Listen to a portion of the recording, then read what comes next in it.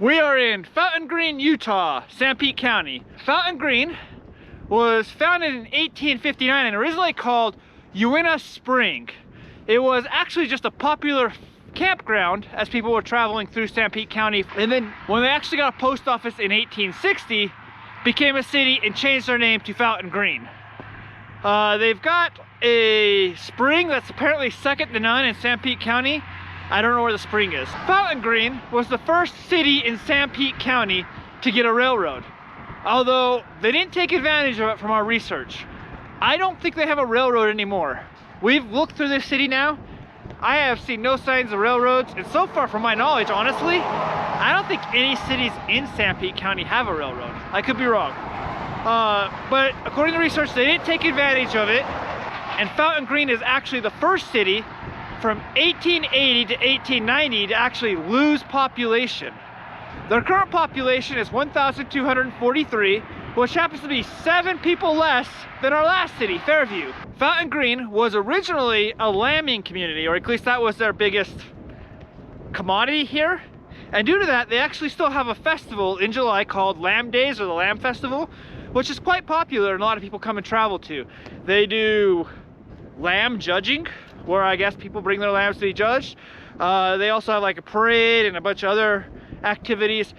And from what we've heard, lamb sandwiches, which are quite popular. We are coming back in July to try lamb sandwiches. There may be a video on that, probably not. Overall, Fountain Green, a lot of elevation in this one from what we've found. So be prepared to go up and down some hills if you run this 5K with us, and enjoy the tour.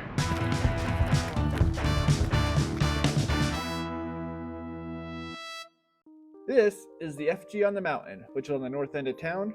Just like a lot of other Utah cities, they've got letters of some sort that either stand for the city, the county, or school, whatever.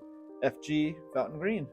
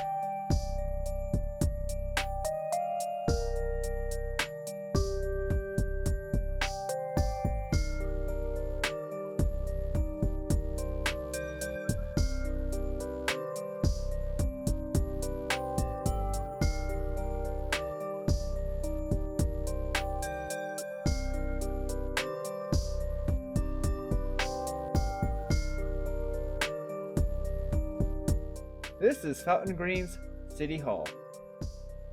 Not much else about it, people. They do city stuff here.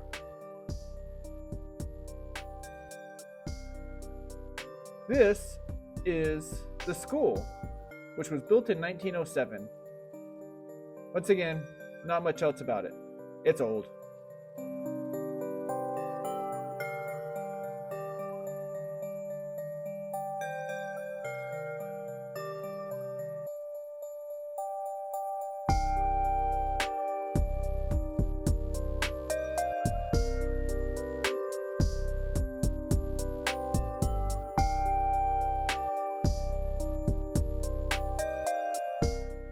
This little marker here is honoring campers in the area who were killed in 1853, prior to the Black Hawk War.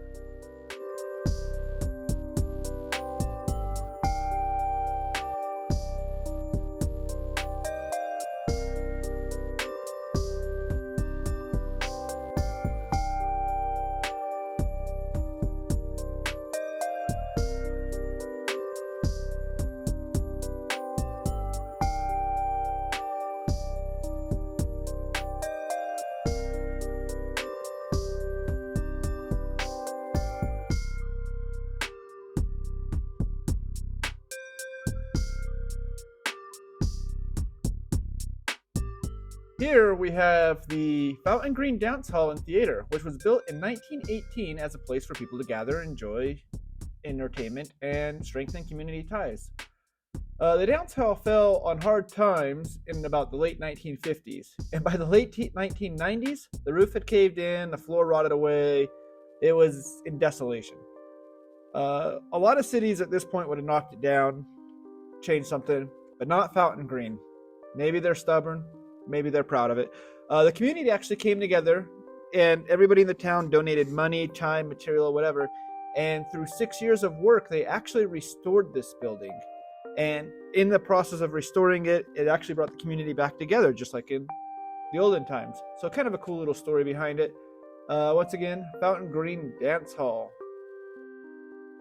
This is the Fountain Green Post Office. Not a lot here, but it has been in operation since 1860. Here we're looking at another tithing office, once again following the template that Fairview has. This is one of the 3 using that template that they put out in 1906. One of 28 still existing. One half of the facade consists of an arched porch set in the northeast corner. The other half has 3 windows.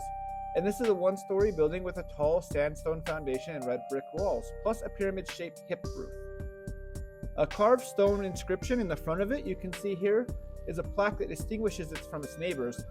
The building is very well preserved and has undergone some careful restorations. Bishop C.J. Christensen had the building constructed for roughly $2,300, and he managed his tithing office between 1850 and 1910. That's 60 years he ran this thing. Back then, that's quite the career. It was also used as a Women's Relief Society building, and although vacant during the 1950s, it's now used by the Daughters of the Utah Pioneers. Also, there's a memorial in front of it for Lewis Lund, an 18-year-old herdsman who was killed protecting the stock north of town.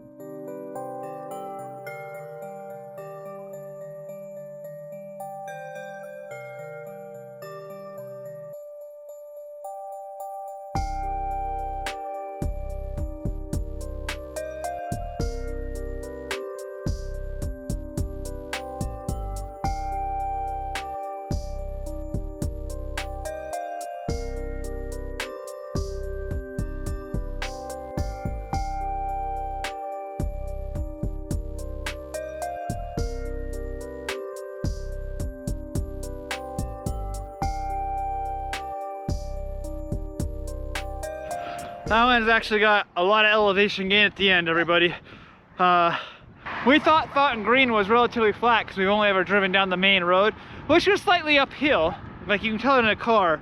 But we thought, not that bad. This one's got some hills. Be prepared for some elevation gain. Overall, another 5K of another Utah city and St. Pete city done. I do like the views in the city. They got some nice views, at least with the snow-covered mountains at the moment, especially heading south. I really like the views heading south. Anyway, one more city down. Stay safe, keep pushing. Hopefully y'all enjoy these.